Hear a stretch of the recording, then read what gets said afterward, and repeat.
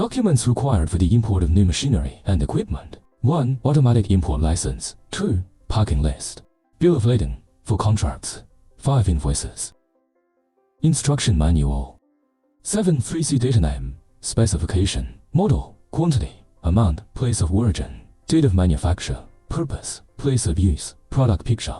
Machinery and equipment import customs declaration and clearance process. Before importing, do an import feasibility analysis according to the degree of new and old machinery and equipment, customs commodity inspection supervision conditions, and customer needs. Confirm in advance what qualifications are required for import customs declaration, and prepare in advance. Formulate a customs declaration plan for machinery and equipment import based on the regulatory characteristics of machinery and equipment, customer needs, and objective facts. Avoid unnecessary risk in advance.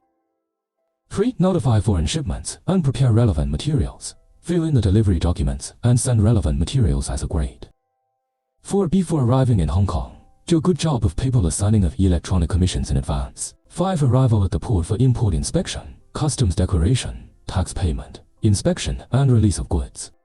6. Settlement of warehouse rent, expensive rents and other expenses, and appointment for trailer delivery. Send tax receipts and documents, and guide foreign exchange payment and deductions. Precautions during the import of machinery and equipment. First, the customs tax rate for complete sets of machinery and equipment is 8% and the value-added tax rate is 13%. When importing complete sets of machinery and equipment for customs inspection and declaration, the customs will focus on reviewing the correctness of the declared CIF price and customs cost. Each importer should pay attention to truthfully declare the price. If the customs has any objection to the declared price, the importer needs to supplement the price certification documents. 3. Import inspection and customs declaration of complete sets of machinery and equipment. When the customs needs to inspect, it will generally check whether the machinery and equipment have nameplates and whether the nameplate information is consistent with the declaration document information.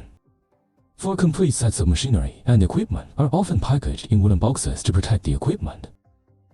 However, the Customs and Quarantine Department has special requirements for the wooden packaging used, because wood packaging may carry foreign species or bacteria into the domestic ecological citizen safety has great damage and latent risk.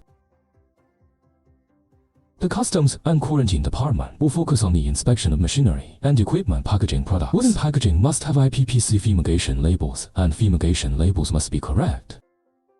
The complete sets of imported machinery and equipment, such as regulatory conditions involving legal inspection. After such goods are inspected and released at the customs quarantine part of the port, the equipment needs to be assembled and debugged at the place. After the debugging is completed, the Customs Inspection Department of the enterprise's territory needs to come to the door to accept the imported machinery and equipment that has passed the acceptance inspection can be produced and used.